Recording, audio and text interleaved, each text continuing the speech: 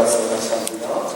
무엇을 하든지 다 하나님의 영광을 위하여 하라. 우리의 인격이 주님을 함께 하소서. 우리의 가정과 교회가 건강하게 하소서. 아멘. 14장 강의를 시작하면서 14장은 아주 긴 구절들로 되어 있는데 처음부터 끝까지 아몬의 인사에 관한 하나님의 말씀이라고 했습니다. 오늘 본문 20절부터 25절까지 두 번째 단락과 그리고 26절부터 33절까지 세 번째 단락에서는 사도 바울은 아몬의 목적과 방언이나 예언 같은 은사를 어떻게 교회 안에서 올바로 사용해야 할 것인가를 우리에게 말씀해 주고 있습니다.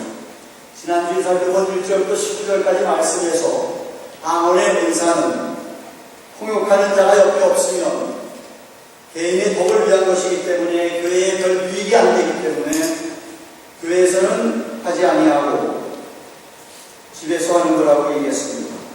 그래서 방언의 은사를 받은 사람은 특별히 통역의 은사를 달라고 구하거나 그 은사 있는 사람이 옆에 있어서 교회에게 덕을 끼치고 유익하도록 애써야 한다고 말씀을 드렸습니다. 오늘은 우선 20절에 보시면은 고린도 교인들에게 사도 바울이 그들이 제발 지혜로운 성숙한 그리스도인이 되어달라고 합니다. 20절에 보시면 형제들아 지혜에는 아이가 되지 말고 악에는 어린아이가 되라. 지혜에 장성한 사람이 되라고 했습니다.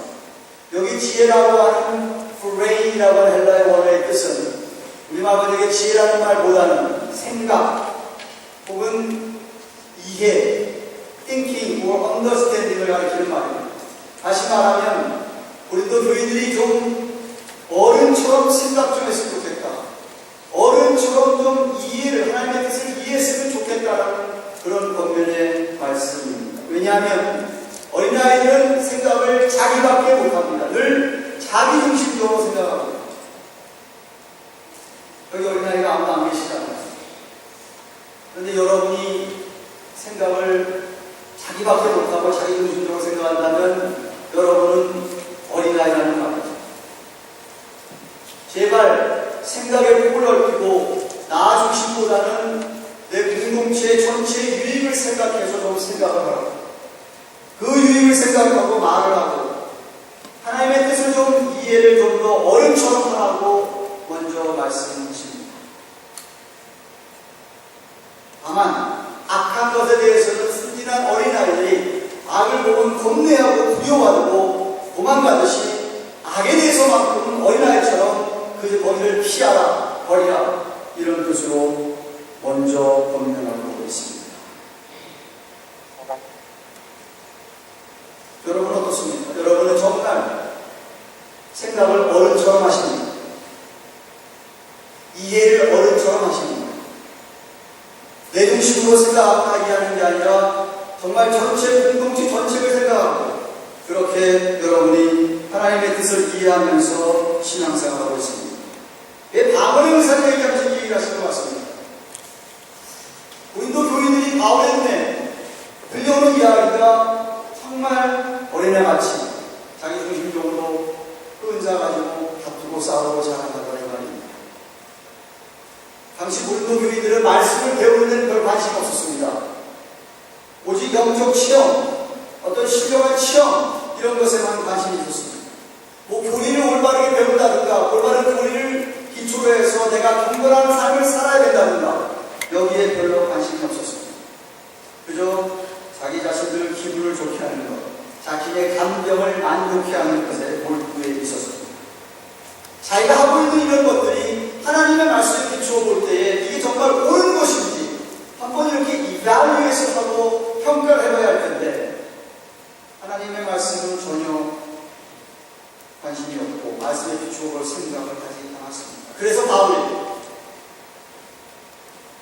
21절에 보시면 구약의 율법의 이사야서 28장 11절 12절 말씀을 인용하면서 이렇게 얘기합니다. 기록된 바 주께서 가라사대 내가 다른 방언하는 자와 다른 입술로 이 백성에게 말할지라도 저희가 오히려 듣지 아니하리라. 아니하리라 하였으니 라고 하였습니다. 구약에서 하나님께서 선지자를 보내주실 때에 그 선지자들은 다른 방법을 이야기하는 것이나 이스라엘 백성들이 똑똑히 알아들을 수 있는 분명한 말로 저들의 죄를 지적하면서 저들을 권면하고 저들에게 하나님의 약속 같은 것을 분명히 밝혔습니다. 그런데도 이스라엘 백성들은 듣지를 않았습니다. 다른 나라의 방언을 구했습니다. 정말 다른 나라 방언하는 사람들이 그들을 쳐들어왔습니다.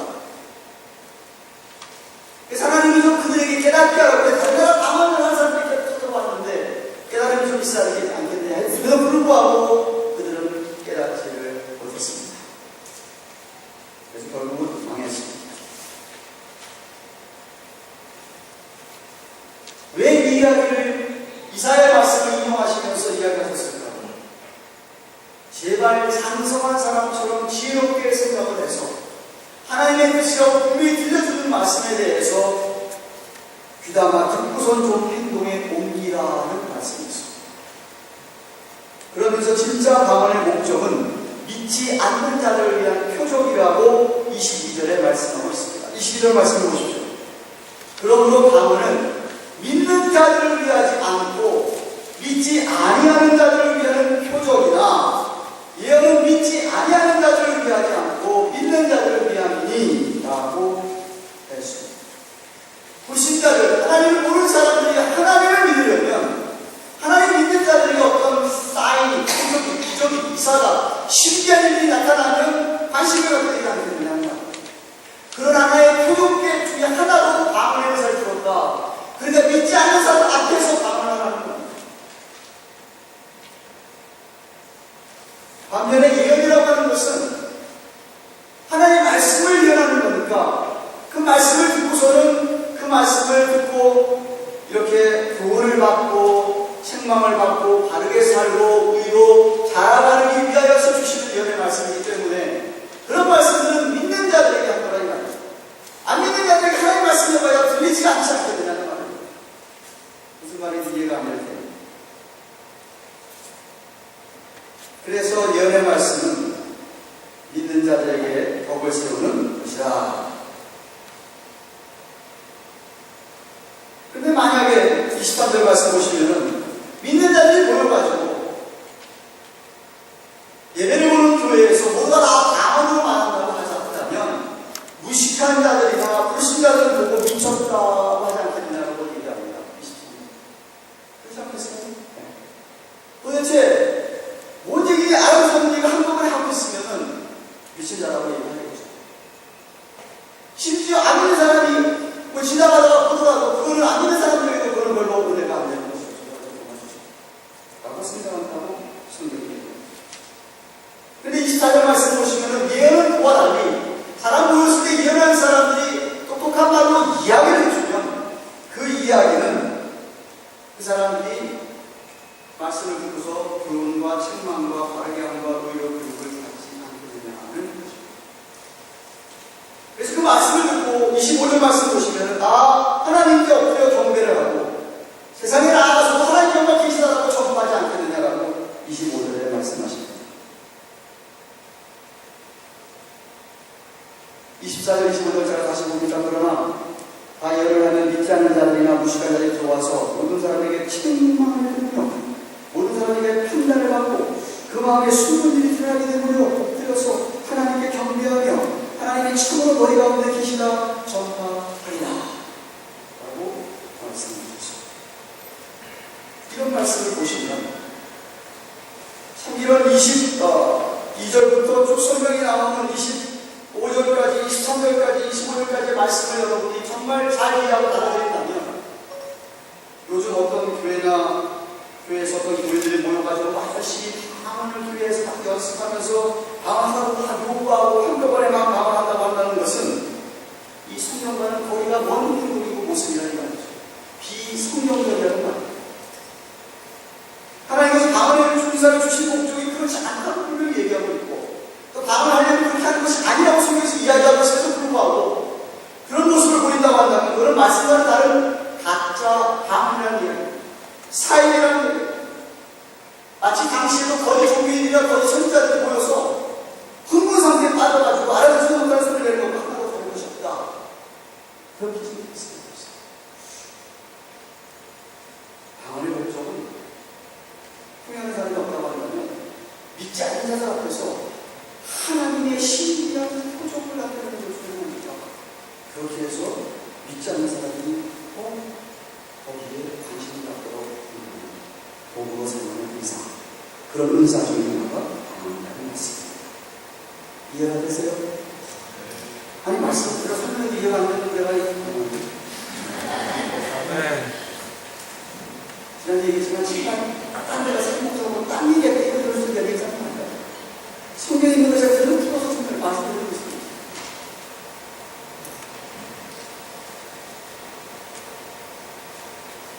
그래서 바울이 이어서 26절부터 28절까지 방언을 할 때 이런 절차로 올바로 사용해야 되는데 그 절차를 설명하고 있습니다. 우선 26절에 보시면 예배 모든 것, 교회 안에서 일어나는 그 모든 은사는 다 덤을 세우기 위함이다. 이런 것을 다시 한번 강조합니다. 26절 보십시오. 그런데 형제들아 어찌하고 너희가 모일 때 각각 찬송시고 있으며 가르치는 말씀도 있으며 계시도 있으며 방언도 있으며 통역함도 있나니 모든 것을 덤을 세우기 위하여 하라 라고 했습니다.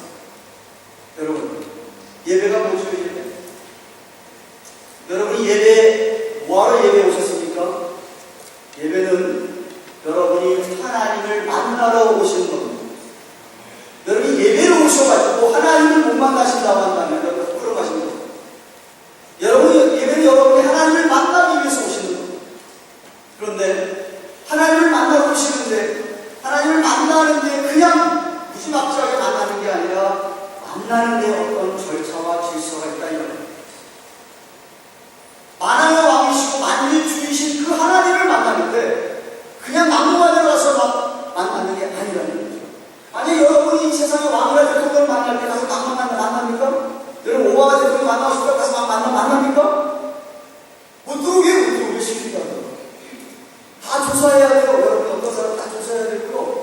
절차를 다 거쳐서 오바마가 있는 오버 오피스에 가서 만날 때도 그냥 만나는 게 아니죠. 정말 조심하고 주의 깊게 해서 마찬가지로 하나님을 만나러 예배하러 오는데 여기 아무렇게나 만나는 게 아니라 목사님하고 찬송을 죄의 사랑을 기울이는 또 여러분 물어봅시다. 여러분 그걸 만나라고 만나면 왜 만나죠? 뭐 하려고 만나죠? 그 사람 때리려고 만납니까? 사람을 만나야 할 때, 오바레를 만날 때 왜 만나죠? 그 사람은 그 얘기를 하는지 들으려고 만납니다. 사람을 만날 때 가가지고 그 사람 얘기를 아무것도 못 듣고 이렇게 만나는 게 아니지 않습니까? 그런데 하나님을 만나는 궁극적인 목적이 뭐냐면 하나님이 내게 뭐라고 얘기하실까 듣기 위해서 만나는 겁니다. 그래서 그 듣는 데 있어서 이렇게 하나님의 질서와 하나님의 방법과 하나님의 성품을 따라서 여러분이 만나야 되기 때문에 예배에도 순서가 있고 질서가 있어야 됩니다. 믿음으로 합니다. 그래서 26절에 얘기하는 게 찬송시도 있다, 가르치는 말씀도 있다, 계시도 있다, 방언도 있다, 통역이 있습니다. 그래서 방언도 있고 통역이 있다, 통역도 있다.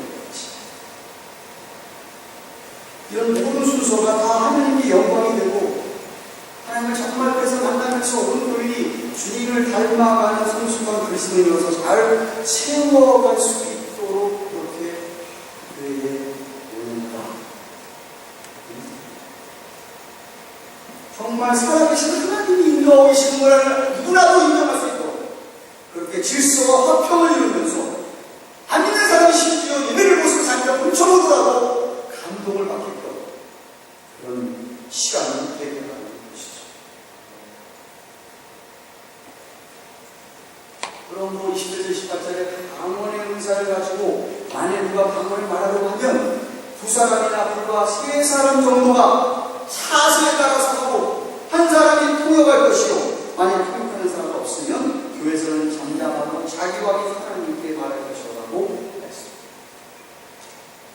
사람이 하든지 기껏 해야 세 사람이 안 되고 또 사슬 따라서 하는 말이 무슨 말이냐면 한 사람씩 one at a time 한 사람씩 방언을 하고 그 옆에 통역하는 교육을 하고 한 사람씩 이렇게 해야 됩니다. 만약에 여기 통역사람이 없으면 그래서 장장해라. 왜? 지난주에도 얘기했지만 방언은 자기 자신의 개인의 유익을 주는 그런 것이기 때문에 통역이 없으니 왜 유익이 안 됩니까? 불신자들에게 표적이 되는 쓰임이 아니라면 혼자 골방에서 하나님과 대화하는 것이다. 이해가 되세요? 이어서 바울은 마음만 예언에 가는 얘기가 없는데 예언에서 마찬가지라고 질서를 가져가라고 29절부터 30절에 29절 보십시오. 예언하는 자들은 나는 둘이나 셋이나 말하는데 다른 이들은 분별할 것이요 라고 했습니다. 하나님의 계시를 받아가지고 예언하는 말하는 사람들도 한꺼번에 얘기하는 게 아니라 한 사람씩 그것도 두세 사람 정도만 돌아가면서 차례로 얘기하며 듣는 사람은 저 사람이 하는 계시의 말씀이 정말 하나님의 말씀인가 아니면 저 사람 개인의 생각이나 개인의 사상을 얘기하는 건가를 분별하라고 합니다.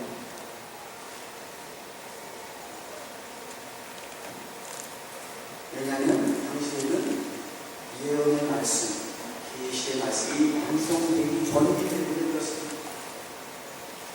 이게 진짜 계시인지 이게 진짜 아닌지를 구별할 필요가 있기 때문에 그래서 한 사람씩 이야기를 하고 그것이 정말 하나님의 말씀인지 똑똑히 분별해라 라고 성경이 말씀하고 있습니다.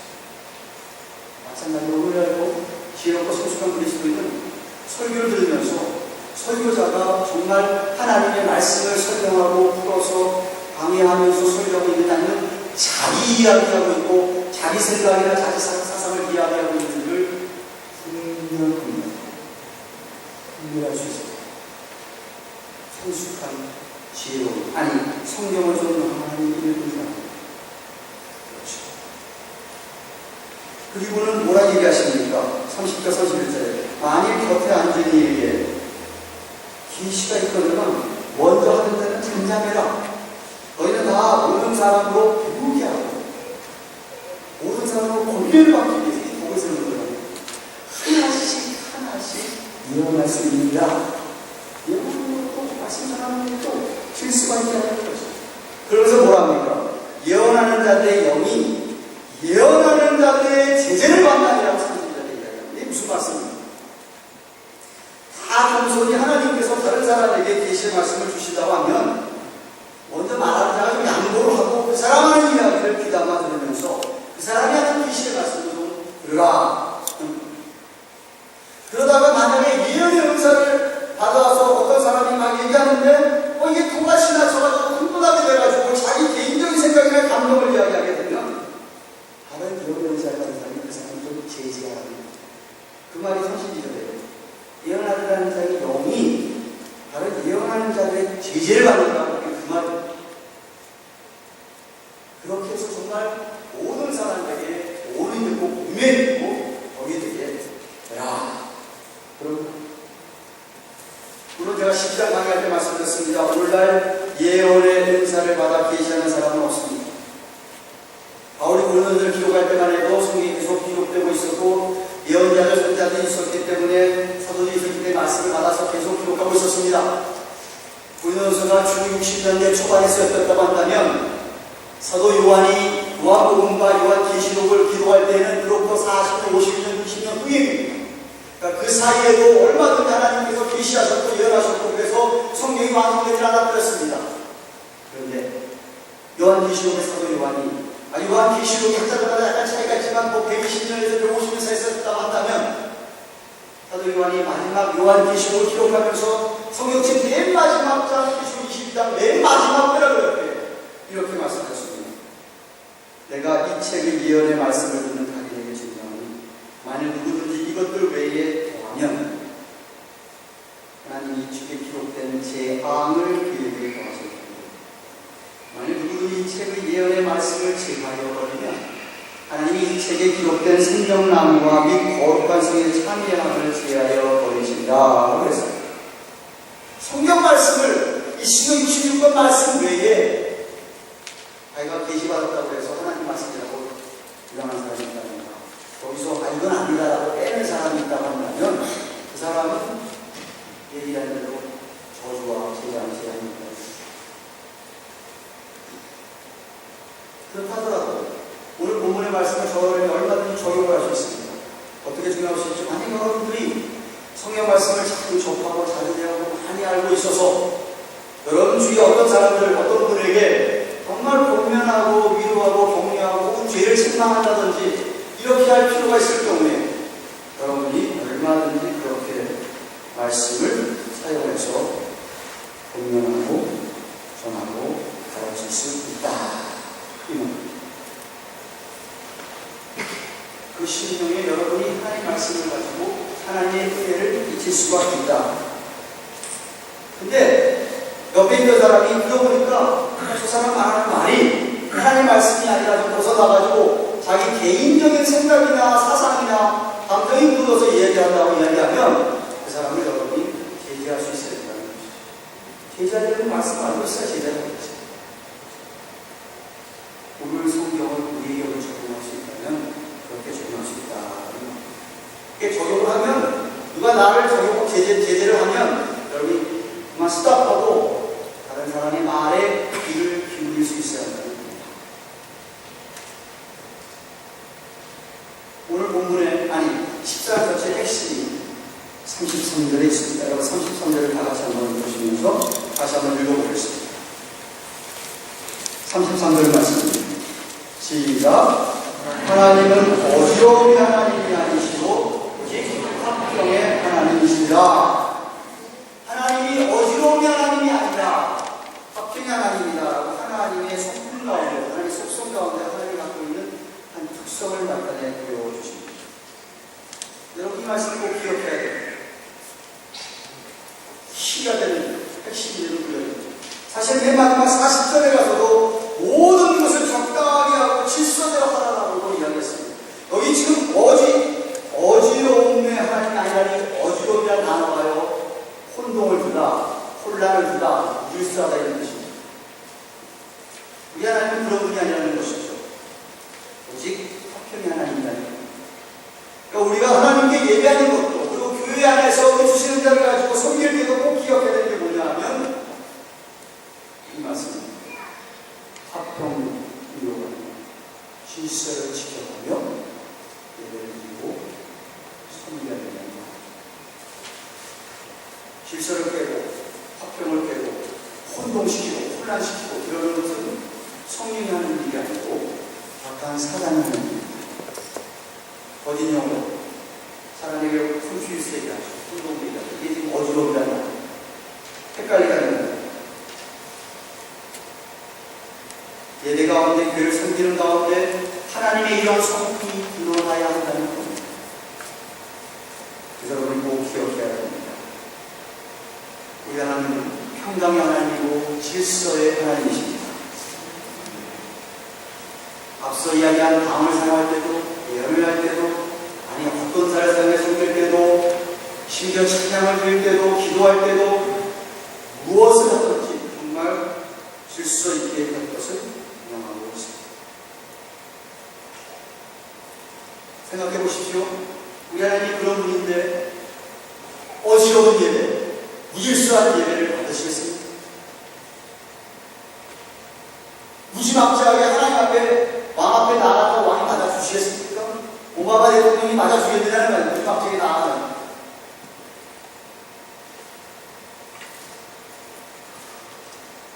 질서를 지키고 화평을 추구하면서 그렇게 나아가야 됩니다. 하나님이 그런 예배도 안 받으시고 여러분이 자꾸 논쟁하고 싸우면서 하는 봉사, 섬김 하나님이 결코 받으시지 않습니다. 오히려 하나님의 영광을 가지고 하나님의 이름에 먹칠을 하는 거죠. 그래서 세상 사람들, 믿지 않는 사람들에게 우리가 욕을 먹는 거라는 것입니다. 좀 달라도 우리가 많은 것이 달라도 정말 오늘 많이 넘어가서는 안 돼요. 우리에게 하나님이 주셨던 이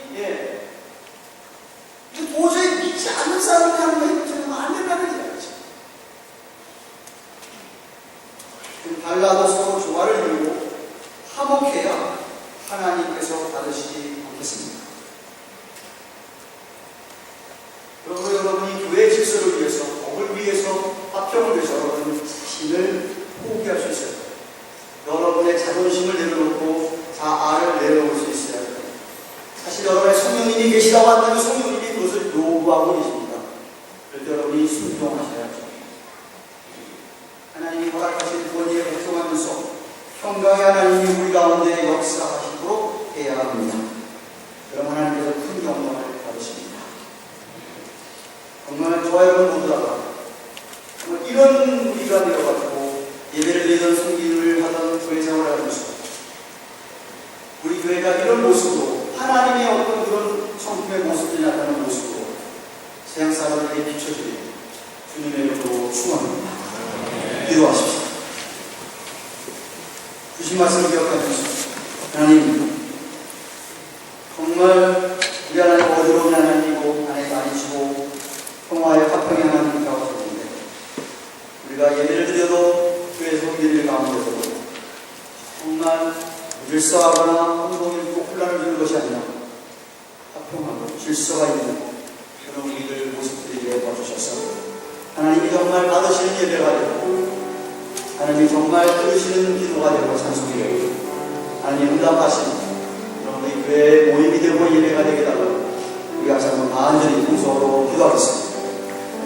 고마우신 하나님 아버지 감사합니다. 오늘 14장 20절부터 33절까지 하여서 우리도 교회들 향하여서 사도 바울이 제발 지혜 있는 어린아이들이 되라. 비록 믿는 지 얼마 되었지만 생각 좀 하고 장성한 사람들이 생각하고 하는 것처럼 이해하는 것처럼 이해하고 생각하는 것처럼 그렇게 교회를 섬기고 생각합니다.